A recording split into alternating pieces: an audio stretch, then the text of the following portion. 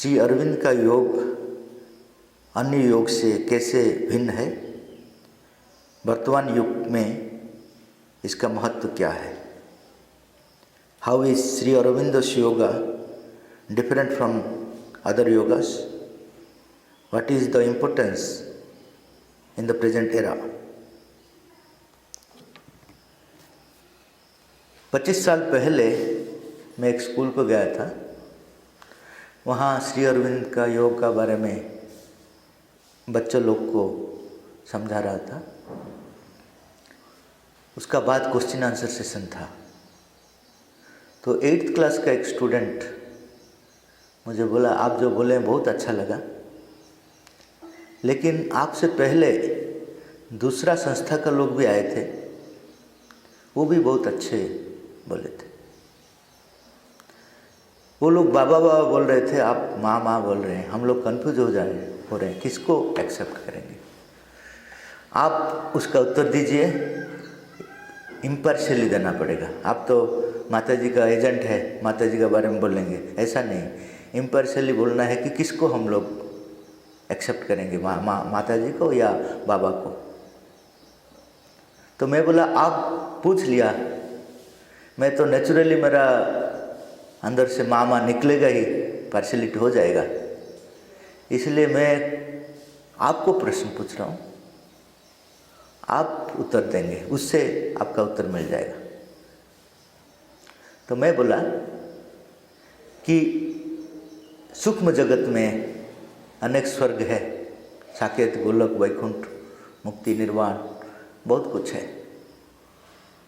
वहाँ जाकर आराम से हम लोग रह सकते हैं। उसके लिए जान भी है,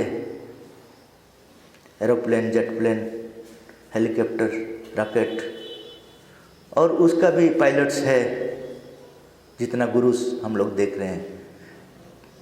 आपको जहाँ जाना है वो ले जाएंगे, ये एक ऑप्शन है। दूसरा एक ऑप्शन, नया ऑप्शन श्री अरविंद ने खोला है कि ये धरती स्वर्ग नहीं है अभी, लेकिन बन सकता है। इसमें आपको फ्लाइट का ज़रूरत नहीं है, यहाँ आपको लेबर का ज़रूरत है, काम करना पड़ेगा, इसको स्वर्ग बनाना पड़ेगा। तो आप कौन सा स्वर्ग चाहते हैं? यहाँ चाहते हैं इसको स्वर्ग बनाना, या रेडीमेड स्वर्ग जो है, डिफरेंट टाइप्स ऑफ स्वर्ग है, उसका टेस्ट भी अलग है, आप जानना चाहते हैं। तो उन्होंने पूछा, इसमें और उसमें फ़र्क क्या है, तभी तो हम लोग चॉइस करेंगे। तो मैं बोला, वहाँ अगर जाएंगे तो आपको अकेले ही जाना पड़ेगा, आप किसी को नहीं ले जा सकते। लेकिन ये धरती का स्वर्ग जो बनेगा वो अकेले के लिए नहीं, इसका नेचर, इसलिए धरती माता ग्रेट है, ये कोई अकेले के लिए नहीं है। अगर एक इंजीनियर ने नेशनल हाईवे बना दिया तो वो अकेला नहीं जाते हैं, हम लोग भी जाते हैं, सब जाते हैं। तो ये पृथ्वी का जो नेचर है ये सबके लिए है। ये अगर पृथ्वी स्वर्ग बन जाएगा, तुम तो स्वर्ग में रहोगे, तुम्हारा साथ, तुम्हारा जितना रिलेटिव्स है, फ्रेंड सर्कल है, सब भी आराम में रहेंगे, स्वर्ग बनेगा। लेकिन वहाँ साकेत, गोलोक, वैकुंठ, आप अकेले ही जाना पड़ेगा। जैसा भक्त तुकारम ने जब साधना किया तो उसका साधना इतना पावरफुल था कि स्वयं विष्णु ने, लॉर्ड विष्णु, वो खुद रथ लेकर आ गए थे उनको लेने के लिए। तो भक्त तुकारम उनको रिक्वेस्ट किया,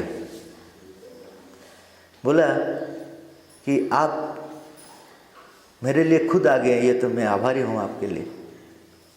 मेरा एक रिक्वेस्ट है, आप अगर वो रिक्वेस्ट को सुनेंगे तो अच्छा है। तो क्या है कि मैं जो अभी इतना अच्छा साधना कर पाया, इसका पीछे मेरा जो वाइफ है, भार्या, उनका रोल ज़्यादा है, पत्नी, उनका रोल ज़्यादा है। वो अगर अलाउ नहीं किया होता तो मैं इतना दूर नहीं आ पाता। उन्होंने सहयोग किया, इसलिए मैं इतना बड़ा सिद्धि पा लिया। तो मैं चाहता हूँ उसको भी लेने के लिए, जहाँ भी मुझे ले जाएंगे, आपका लोग ले जाएंगे, गोलोक, मुझे भी आप ले जाइए, उनको भी ले जाइए। तो विष्णु ने बोला सॉरी, वो अमेंडमेंट करना पड़ेगा रूल में, अभी तक ऐसा नहीं हुआ। जो साधना किया उसी को ही मुक्ति मिला, जो सहयोग किया उसके लिए इजी हो जाएगा, लेकिन उसको करना पड़ेगा, कंडेंस्ड कोर्स हो जाएगा, लेकिन उसको करना ही पड़ेगा। तो यही फर्क है। अगर साकेत गोलोक वैकुंठ जाएंगे तो अकेला जाना पड़ेगा। अगर पृथ्वी को स्वर्ग बनाना है तो आप अकेले के लिए, आप अगर करेंगे भी वो दूसरों के लिए होगा। जैसे यहाँ जो भी बनता है, नेशनल हाईवे बन गया, जो इंजीनियर बनाया वही जाता है क्या उस रोड में? हम लोग यूज करते हैं, एंजॉय करते हैं। तो ये इसका धरती माता का स्पेशलिटी है, ये सबके लिए। तो उन्होंने बोला तब मैं यही चाहूँगा, ये पृथ्वी को स्वर्ग, यही इसको ही मैं चाहूँगा। मैं बोला क्यों, इसको क्यों चाहते हो, वहाँ तो रेडीमेड है स्वर्ग। तो उन्होंने बोला मैं अगर ऊपर चले जाऊँगा, मेरा अपना लोग यहाँ दुख में रहेंगे, मैं कैसे उधर सुख में रह सकता हूँ? इतना सेल्फिश मैं नहीं हूँ। मेरा अपना लोग यहाँ पे दुख में रहेंगे, मैं ऊपर में कैसे सुख में रह सकता हूँ? यहाँ यहीं पे ठीक है। तो मैं बोला यही डिफरेंस है श्री अरविंद योगा और दूसरा योगा में। यहाँ कलेक्टिव योगा है, ये सबके लिए एक नया चीज़ लेकर आए हैं। भगवान बनने का जो संभावना सबके लिए खोल दिया है, यही है श्री अरविंद योग का डिफरेंस। ना भागना है, ना भोगना है, लेकिन जहाँ है वहीं जागना है। यही श्री अरविंद योग का स्पेशलिटी है। और इसमें क्या है, इसमें दुनिया का जो सब चीज़ है वो मिथ्या नहीं है, अभी मिथ्या का रूप लिए हुए है, क्योंकि भगवान अंदर में है, वो प्रकटित नहीं हुआ। वो इतना खराब दिखता है, एक्चुअली ये खराब नहीं है। जैसा बहुत बड़ा प्रोजेक्ट होने वाला है, करोड़ ऑफ रुपीज़ का प्रोजेक्ट होने वाला है, अभी स्टार्टिंग है, कैसा दिखाई देगा? इतना गंदी दिखाई देगा। कहीं पे रॉड है, कहीं पे सीमेंट है, कहाँ कौन गिरता है, कोई कौन कौन मर जाता है, सब कुछ होता है। लेकिन 10 साल का बाद देखेंगे उसका रूप क्या है। जितना बड़ा प्रोजेक्ट इतना लेट में अच्छा होगा। ये भगवान का प्रोजेक्ट है, बहुत बड़ा लंबा प्रोजेक्ट है। अभी जो हम लोग देख रहे हैं ये कंप्लीट नहीं हुआ, ट्रांजिशन में है, हाफ प्रोजेक्ट है, इसलिए ये खराब दिखता है। इसलिए लोग बोलते हैं ये खराब है, उसको छोड़कर चले जाओ, यहाँ पे कुछ नहीं है। एक्चुअली ये बात नहीं है। भगवान इसको बनाया है अपने आप को प्रकटित करने के लिए। भगवान ये जो सृष्टि को बनाए वो है गार्डन है। हम लोग एक एक फ्लावर बनेंगे, अभी बना नहीं, सुंदर गार्डन बनेगा और उसमें हम लोग डिफरेंट फ्लावर्स बनेंगे। हर फ्लावर डिफरेंट होगा, उसमें आनंद रहेगा। तो यही है डिफरेंस, मेन डिफरेंस है। बाकी जो प्रोसेस में डिफरेंस है, उसका जो फॉलोअप कैसे करेंगे उसमें भी डिफरेंस है, सब कुछ में डिफरेंस है। लेकिन मुख्य डिफरेंस है कि ये जो जीवन है, एर्थली लाइफ, ये मिथ्या नहीं है, ये दिव्य सत्य है। अभी प्रोसेस में है, इसलिए ये अच्छा नहीं दिखता है।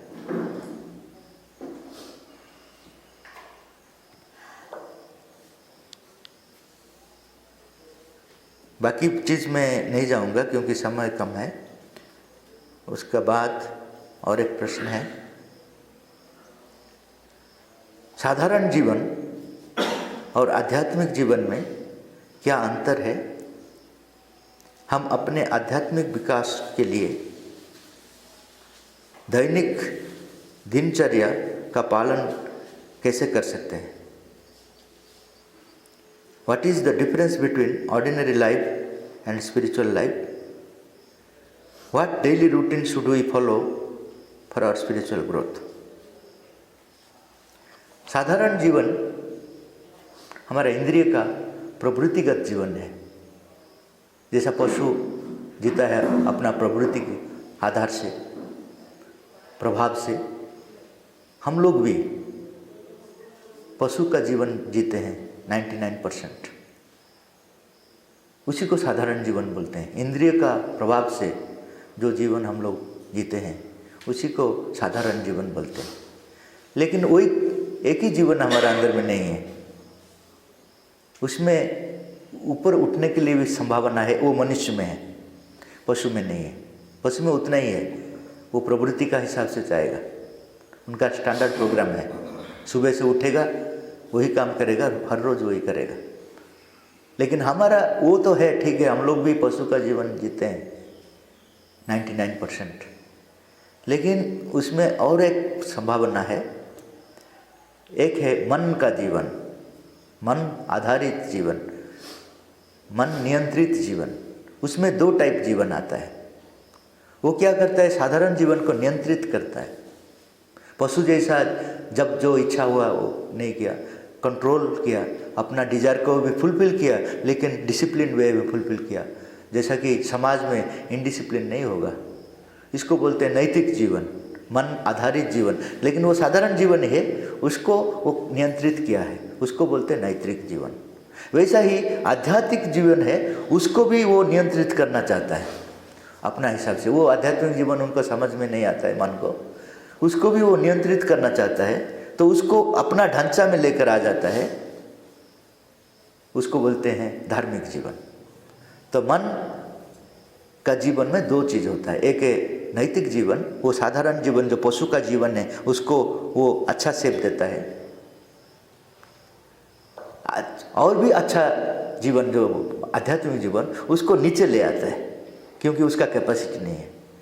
उसको नीचे ले आता है, कुछ नीति नियम का अंदर में बांध लेता है, और उसको बोला जाता है कि धार्मिक जीवन। ये एक इंटरमीडिएट जीवन है आध्यात्मिक जीवन पहुंचने के लिए। उसका बाद आध्यात्मिक जीवन। आध्यात्मिक जीवन क्या है? आत्मा अनुशासित जीवन। हमारा अंदर में एक आत्मा है, उसको पता है कौन क्या ठीक है क्या भूल है, उसको पता है जीवन आनंदमय कैसा हो सकता है, सब कुछ उनको पता है। लेकिन उसको हम लोग अभी तक इम्पोर्टेंस नहीं दिया। वो भी अगर हम लोग उनको इम्पोर्टेंस नहीं देंगे, वो ज़बरदस्ती नहीं आएगा, उनका नेचर है। वो अच्छा से ड्राइविंग कर सकता है हमारा लाइफ को, लेकिन वो पीछे सीट में बैठा हुआ है। जिसको ड्राइविंग पता नहीं है, हमारा मन, वो ड्राइवर सीट में पता है, बैठ गया है। इसलिए हमारा जीवन में हर रोज़ एक्सीडेंट होता है, क्योंकि पता नहीं है ड्राइविंग करता है। जिसको पता है वो पीछे बैठा है। लेकिन वो इतना जेंटलमैन है, वो ज़बरदस्ती आकर नहीं बैठेगा। उसको आपको जाना पड़ेगा, बोलना पड़ेगा, आप आइए, इधर क्यों बैठे हैं, आप आपका सीट ले जाइए, तो वो आएगा। जैसा आप गेस्ट जब आपका घर में जाएगा, ज़बरदस्ती घुसेगा क्या? आप जितना बोलेंगे उतना तक ही रहेगा। वैसा ही वो आत्मा है, वो जेंटलमैन है, जितना आप अलाउ करेंगे उतना ही वो जीवन में आएंगे। लेकिन वेट करेंगे आपके लिए, जो युग युग वेट कर रहे हो। हम लोग उनको अभी तक बुलाया नहीं। उसको जब बुलाएंगे, उसको जब ड्राइवर सीट में बैठा देंगे, उसको बोलते हैं आध्यात्मिक जीवन। उसका हिसाब से जब हम लोग चलेंगे, मन चलेगा, प्राण चलेगा, शरीर चलेगा, उसको बोलते हैं आध्यात्मिक जीवन। ये कैसा संभव है? तो आदमी क्या होता है, धीरे धीरे इवॉल्व करता है। पहला है साधारण जीवन, स्वार्थ के लिए, अहंकार के लिए जीता है। ऐसा जीते जीते उनका अंदर में आता है कि ठीक है, मैं तो जीता हूँ, लेकिन दूसरों को भी कुछ हेल्प कर ले। अपने के लिए जीता है, लेकिन कुछ समय निकल देता है दूसरों के लिए। तब वो एक्सपीरियंस करता है, उसमें आनंद ज़्यादा है अपने के लिए जीने के लिए। इसके लिए कुछ जन्म लग जाता है कुछ आदमी को एक जन्म में भी हो जाता है, लेकिन ये एक्सपीरियंस आ जाता है कि कुछ देने में आनंद ज़्यादा है लेने से। तब उत्तम जीवन शुरू होता है। उत्तम जीवन में क्या होता है कि वो ठीक है अपने के लिए जीता है, लेकिन कंप्लीटली अपने के लिए नहीं जीता है, वो देने में भी आनंद लेता है। इसमें भी एक दूसरा पर्याय है। पहला क्या है कि मेरा अपना स्वार्थ को देखता हूँ, सरप्लस दूसरों को हेल्प करता हूँ, जैसा मेरा उसमें नुकसान नहीं होता है। सपोज मैं कलकत्ता गया, मेरे लिए एक अच्छा सा ड्रेस खरीदा है सस्ता में, वहाँ सस्ता में मिलता है, मेरा पड़ोस में है उनके लिए भी खरीद लिया, मैं उनको दे दिया, पैसा ले लिया उनसे, लेकिन उनका भी फायदा हो गया क्योंकि वो सस्ते में मिल गया उनको, मैं प्रॉफिट नहीं लिया। तो मैं उत्तम काम किया, मेरा नुकसान नहीं हुआ लेकिन दूसरा का फायदा हुआ। ये एक पहला चरण है जो उत्तम जीवन का पहला चरण है। दूसरा चरण है मेरा नुकसान होने से भी दूसरों को मैं हेल्प करूँगा। मेरा नुकसान होने दो लेकिन दूसरे को हेल्प करूँगा, क्योंकि दूसरों को हेल्प करने से ज़्यादा आनंद मिलता है। जैसा उदाहरण स्वरूप एक मेरा विराट ज़मीन पड़ा हुआ है, मैं कल्टीवेशन कर रहा हूँ, उस तरफ में एक नदी है, गांव लोग इधर में है। नदी को जाने के लिए गांव लोग को मेरा ज़मीन के ऊपर ही जाना पड़ता है। तो वो लोग बोले कि मेरा पास आकर बोले कि आप थोड़ा सा रास्ता हम लोग को दे दीजिए, हम नदी को जाएंगे। मैं दे दिया, मेरा नुकसान हुआ क्योंकि उतना कल्टीवेशन मैं कर नहीं पाया, लेकिन उन लोग एक गांव बेनिफिटेड होता है, उसमें जो आनंद है, ये जो नुकसान है उसमें कुछ नहीं। तो उत्तम कार्य का दो पर्याय है। एक है आपका स्वार्थ को आप छोड़ते नहीं लेकिन दूसरों को हेल्प करते जितना हो पाते हैं। दूसरा है आपका स्वार्थ भी छोड़ने के लिए रेडी है क्योंकि उसका आनंद इससे ज़्यादा है। इसका बाद ही मनुष्य निष्काम कर्म के पास आता है। ये और भी आनंदमय है, कुछ कामना नहीं, कुछ अहंकार नहीं, काम में ही आनंद लेना है और भगवान के लिए करने से और भी ज़्यादा आनंद। दो टाइप ऑफ निष्काम कर्म श्री अरविंद बोले। एक है कर्म में आनंद लेना है, उससे कुछ फायदा और कुछ नहीं लेना है, निष्काम कर्म। और जो स्पिरिचुअल लाइन में है वो भगवान को अर्पित कर कर आनंद लेता है, उससे उनका फायदा कुछ नहीं लेता है, कामना नहीं है। एट द सेम टाइम भगवान को अर्पित करने में और थोड़ा ज़्यादा उनको आनंद मिलता है। ये दोनों निष्काम कर्म का दो पार्ट है। तो बिना कामना से, बिना अहंकार से जो काम हम लोग करेंगे उसको बोलते हैं निष्काम कर्म। वो जब भगवान को अर्पित करते हैं वो निष्काम कर्म और भी फ्लेवरस हो जाता है, और भी बहुत टेस्टी हो जाता है, आनंदमय हो जाता है। ये निष्काम कर्म जब हम लोग ज़्यादा दिन उसमें आनंद लेते हैं, उसी का ऊपर रिफ्लेक्ट होता है डिवाइन विल, भगवान का इच्छा आपके लिए क्या है। हर आदमी के लिए भगवान का इच्छा स्वतंत्र है, हम लोग को पता नहीं, इसलिए हम लोग हमारा एजेंडा हम लोग खुद बनाते हैं। लेकिन भगवान हम लोग को भेजे हैं एजेंडा भेज कर, उसको बोलते हैं स्वधर्म। किसी को समय नहीं है अपना स्वधर्म को जानने के लिए। हर आदमी अपना जीवन को डिसाइड करता है कहाँ से कहाँ ज़्यादा पैसा मिलेगा, कहाँ ज़्यादा सम्मान मिलेगा, प्रतिष्ठा मिलेगा, उसी हिसाब से वो अपना जीवन डिसाइड करता है। That is ambitious life, miserable life माता जी बोले। जो भगवान जिसके लिए आपको भेजे हैं वही काम करना यथार्थ जीवन है। तो भगवान किस लिए भेजे पता कैसे चलेगा? यही निष्काम कर्म स्थिति में आने के बाद हम लोग को पता चलेगा कि भगवान मुझे यहाँ क्यों भेजा है, इतना बड़ा संसार में मेरा रोल क्या है। तब जीवन अर्थमय होगा, आनंदमय होगा। वही है आध्यात्मिक जीवन। उससे पहले हम लोग सोचते हैं मंदिर को थोड़ा चले जाते हैं तो नारियल दे देते हैं, क्योंकि नारियल उनको ज़्यादा चाहिए, है कि नहीं? जितना डिमांड फुलफिल करते हैं, क्योंकि उनको नारियल चाहिए ना, हम लोग जितना भी चाहिए डिमांड ले देते हैं। वो समग्र विश्व को सृष्टि किया है, लेकिन उनका पास नारियल शॉर्टेज है, क्या करेंगे? हमारे पास रह गया। हम लोग इसी को बोलते हैं कि आध्यात्मिक जीवन। वो आध्यात्मिक जीवन नहीं। आध्यात्मिक जीवन आता है निष्काम कर्म के बाद। निष्काम कर्म जब हम लोग उसका जो आनंद ले लेते हैं, उसी का ऊपर वो रिफ्लेक्ट होगा, उसको बोलते हैं आध्यात्मिक कर्म। लेकिन युग परिवर्तन का समय में ये इजी हो जाएगा। उस समय स्वयं भगवान आ जाते हैं, आवर ऑफ गॉड जो बोल रहे थे, उस समय स्वयं भगवान उतर आते हैं। वो जो बोलते हैं वही भगवान का काम हो जाता है। आपका ये स्टाटस को वो पूछते नहीं। वानर सेना को बोला कि शत्रुघ्न काम में लग जाओ। उनको पूछा नहीं तुम्हारा क्वालिफिकेशन क्या है, उत्तम काम किया है, निष्काम कर्म किया है, ये सर्टिफिकेट नहीं है तो भगवान का काम के लिए योग्य नहीं है, ऐसा नहीं है। जो भी रेडी हुआ वानर सेना, वो सीधा भगवान का काम में नियुक्त हो पाया। तो ये स्पेशल ग्रेस आता है जब भगवान आ जाते हैं, आवर ऑफ गॉड। हम लोग भी उसी समय में है।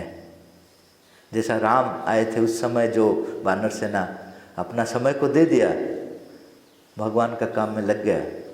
ऐसा श्री कृष्ण जब आए, उन्होंने बोला मेरा साथ जो युद्ध करेगा वो भगवान का काम करेगा। हो गया, जो उनका साइड में रह गया तो भगवान का काम हो गया। जितना भी मान हो, अगर दूसरा तरफ में रहा तो भगवान का काम नहीं हुआ। कर्ण को बोलो या भीष्म को बोलो, वो तो दूसरा तरफ में रह गए, भगवान का विरोधी हो गए। तो भगवान जब आते हैं, उनका साथ जो जोड़कर काम करते हैं, तो वो भगवान का काम हो जाता है। अभी माताजी बोल रहे हैं, अभी भी एक सेतु निर्माण हो रहे हैं, अतिमानस सेतु। मनुष्य से अतिमानव, ईगोलेस रेस बोलते हैं। अभी हम लोग का ईगो रेस है, ईगोलेस रेस। ये इतना बड़ा गैप है, इसमें एक सेतु ब्रिज मदर बनाते हैं, सी इज द गोल्डन ब्रिज बनाते हैं। उसमें अगर हम लोग वानर सेना जैसे अपना स्वार्थ को भूलकर, अपना अहंकार को भूलकर, अपना प्रतिष्ठा को भूलकर लग जाएंगे, तो वही दिव्य कर्म अभी होगा। अभी इजी है हमारा लिए, लेकिन इतना इजी नहीं है, क्योंकि कोई देता नहीं टाइम। इतना बोलने से अपना काम इतना इम्पोर्टेंट हो जाता है कि वो नहीं देता है।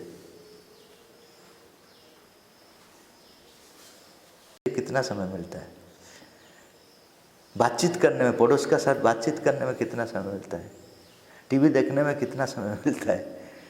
लेकिन माताजी जो काम बोले हैं, बहुत काम पड़ा है, लेकिन हम लोग का समय नहीं है, क्योंकि इम्पोर्टेंस नहीं देते हैं समय के लिए। मैं गांव को गया था, वो गांव में यही बात मैं बोल रहा था कि आप लोग समय दीजिए।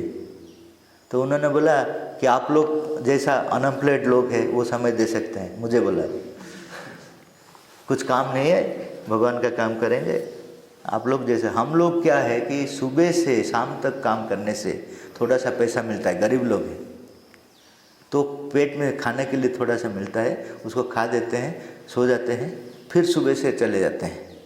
कब समय मिलेगा कि भगवान का काम करने के लिए? मैं बोला सही बात है। आप टीवी देखते हैं कि नहीं देखते हैं?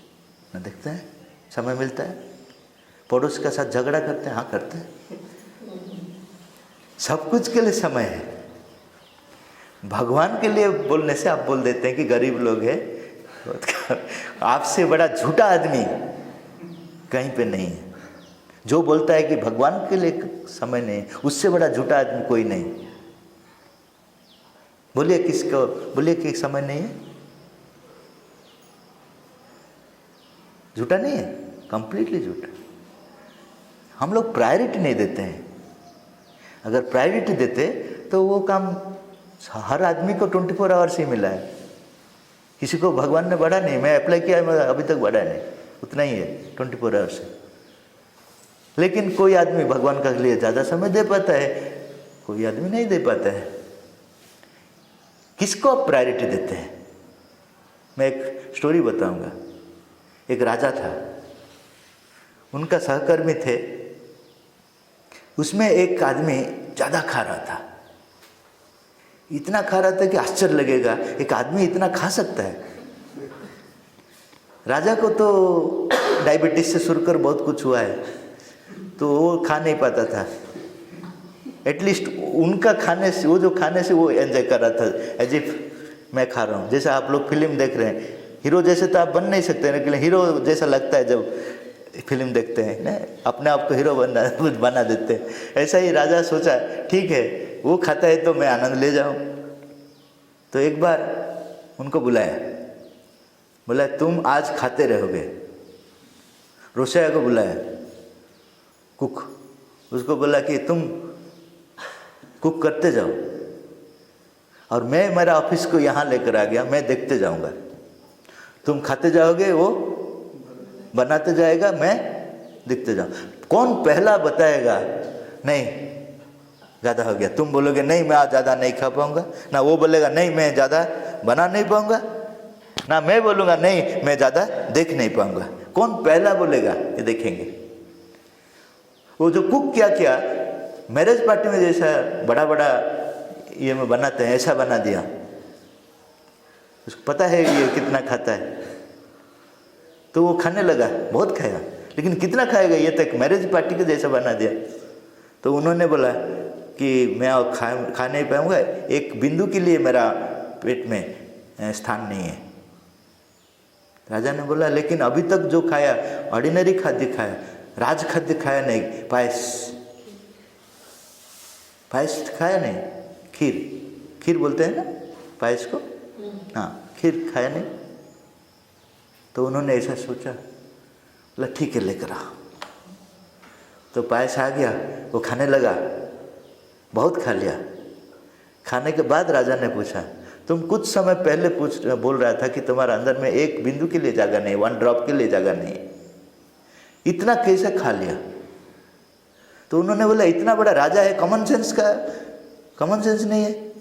आजकल बड़ा बड़ा पोस्ट में कॉमन सेंस नहीं रहने का आदमी ज़्यादा रहता है ना। क्या हुआ, आप राजा है, रास्ते में भीड़ है, राजा आएंगे तो खाली होगा नहीं? रास्ते में जितना भी भीड़ हो, राजा आ रहे हैं तो खाली हो जाएगा नहीं? तो मेरा अंदर में भीड़ था, राज खाद्य जब आएगा वो साइड देंगे कि नहीं देंगे? हाँ। तो ऐसा ही हमारा जितना भी काम है, अगर माता जी का काम राज कार्य है तो बाकी कार्य साइड देगा कि नहीं देगा?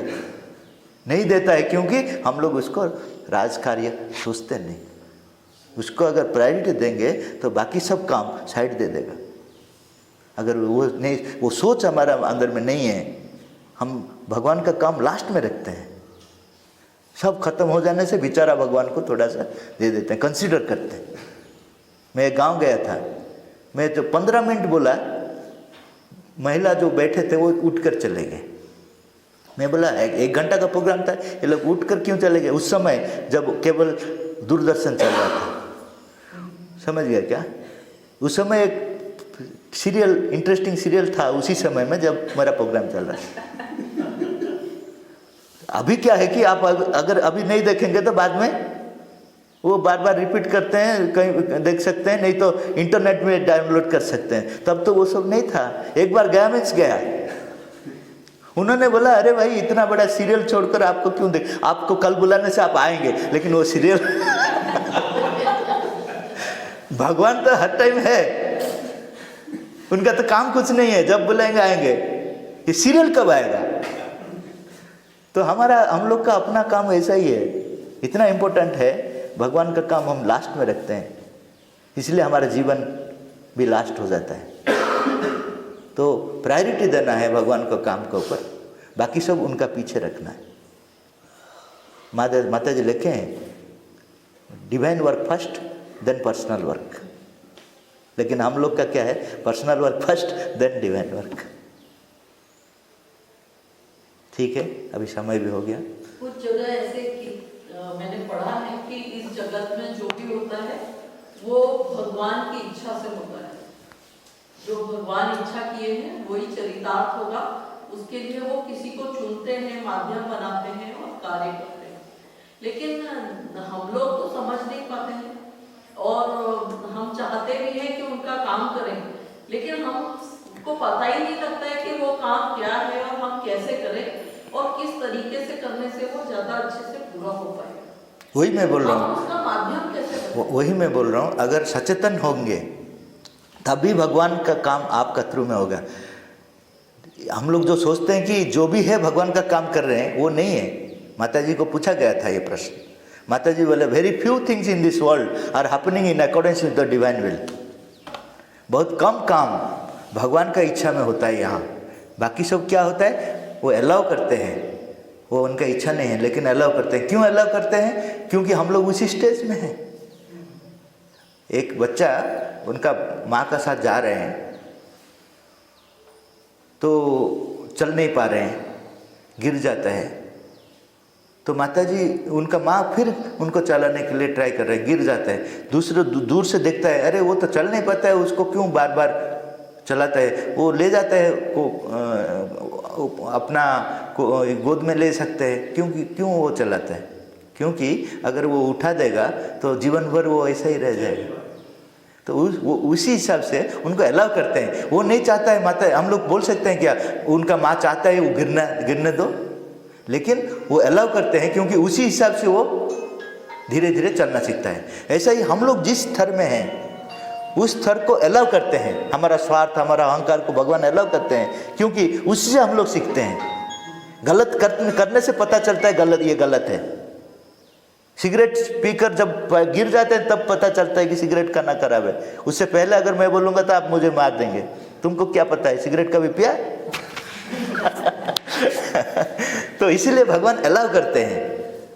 जब द्रौपदी ने पूछा श्री कृष्ण को युद्ध होगा क्या, श्री कृष्ण बोला मैं नहीं चाहता हूँ लेकिन होगा। वहाँ युधिष्ठिर था, वो बोला क्या बात बोल रहे हैं आप, अगर नहीं चाहेंगे तो पत्ता भी हिलेगा नहीं, आप बोल रहे हैं आप नहीं चाहेंगे हो जाएगा। तो उन्होंने बोला द्रौपदी का वस्त्र हरण मैं चाहता क्या, तुम कर लिया। अभी भी देखो अगर मैं युद्ध बंद कर दूंगा तो भीम आ जाएगा, बोलेगा मैं कैसा रिवेंज लूंगा, अपना अपना एजेंडा है, कैसा फुलफिल होगा। तो मैं अलाउ करता हूँ लेकिन मैं नहीं चाहता हूँ। अगर मैं चाहता तो शांति दूत बनकर क्यों मैं जाता। तो अभी जो दुनिया में होता है हमारा अहंकार का लीला होता है, हमारा अज्ञान का लीला होता है, वो अलाउ करते हैं क्योंकि उसका थ्रू में हम लोग आगे जाते हैं। अगर साधना करेंगे तो इतना बड़ा लॉन्ग ट्रैक नहीं रहेगा, इमीडिएटली पता चल जाएगा कि वो क्या चाहते हैं। Study circle is the best way to know his will. गांव जाइए, यहाँ जितना स्कूल है बच्चे लोग को बैठाइए, क्योंकि देखिए यंगर जनरेशन कोई नहीं है। क्यों नहीं है? हम लोग काम नहीं किया। अगर काम करते आज यंगर जनरेशन यहाँ बैठा होता। तो स्कूल जाइए, कॉलेज जाइए, वहाँ माता जी का काम कीजिए। इसमें देखिए जितना आनंद मिलेगा, आप घर में जितना स्वीट्स बनाएंगे उसमें नहीं मिलेगा। चर्चा अपन लोग कर रहे हैं, ये प्रभु ने योजना बना रखी और सब नियत है, वहाँ तक तो ठीक है। पर अपन के सब निर्धारित है तो पुरुषार्थ का क्या काम?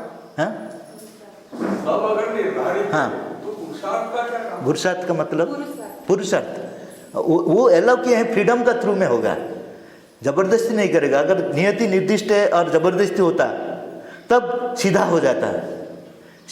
सृष्टि का पहला प्रिंसिपल है फ्रीडम। मैं जरूर वहाँ पहुँचूंगा जहाँ भगवान निर्धारित किए हैं, लेकिन मेरा फ्रीडम का थ्रू में पहुँचूंगा, इसलिए इतना बड़ा लीला है। अगर जबरदस्ती होता, ट्रेन इंजन और ट्रेन बोगी जैसा जीवन अगर होता, अगर बोगी को आप पूछेंगे आप कहाँ जा रहे, वो बोलेगा मुझे मत पूछो, मेरा फ्रीडम नहीं है, पूछो इंजन को। ऐसा जीवन नहीं है हमारा। हमको क्या किया, डेस्टिनी फिक्स कर दिया, भगवान होंगे हम लोग, लेकिन कैसा होंगे वो चॉइस आपका है। चॉइस जितना सीधा होगा सीधा जाएंगे, जितना हम लोग चाहेंगे नहीं नहीं इधर उधर थोड़ा मिक्सचर, हम लोग 50-50 चाहते हैं ना, अच्छा भी रहना। एक फिल्म अगर शुरू से एंड तक अच्छा सीनरी रहेगा, कितना आदमी जाएंगे उसको देखने के लिए। थोड़ा सा फाइटिंग चाहिए ना, थोड़ा सा रोना भरना चाहिए ना, तब अच्छा से लगता है। 50-50 बिस्कुट ज़्यादा सेल होता है इसलिए। क्यों हम लोग को जो चॉइस है डायरेक्ट जाना चॉइस नहीं है, अभी तक आया नहीं, वो भगवान भी अलाउ करते हैं, इसीलिए देरी होता है। लेकिन ज़रूर हम लोग एक दिन वही पाएंगे। कि कैसे पाएंगे हमारा मर्जी है, वो मर्जी हम लोग को दिए हैं। अगर वो मर्जी नहीं दिया होता तो इतना इंटरेस्टिंग नहीं होता ये जीवन। हम लोग, मुझे एक आदमी ने पूछा कि इतना कॉम्प्लिकेटेड क्यों किया, सीधा तो सबको भगवान का तरफ में ले जाते। मैं बोला आप जो सृष्टि किया उसमें तो आप भी कॉम्प्लिकेटेड करते हैं। फुटबॉल खेल का एक प्लान बनाया, उसमें एक बॉल क्यों रखा? हर आदमी को एक एक बॉल दे देते, अच्छा होता, इतना फाइटिंग नहीं होता। तो वो बोला इंटरेस्टिंग नहीं होता, वही बात है। अगर हर आदमी को एक एक बॉल दे देते तो खेल का इंटरेस्ट कहाँ आता है? इसलिए लीला में ये सब कुछ है, लेकिन डेस्टिनी फाइनल है। आपका रास्ता डिफरेंट टाइप से, वो भी फ्रीडम है। आप कौन सा रास्ते में जाएंगे? स्ट्रेट लाइन में जाएंगे, वो साधना का मार्ग है। इवोल्यूशन का मार्ग में जाएंगे, लेट में जाएंगे, डिफरेंट एक्सपीरियंस लेकर जाएंगे। ठीक है।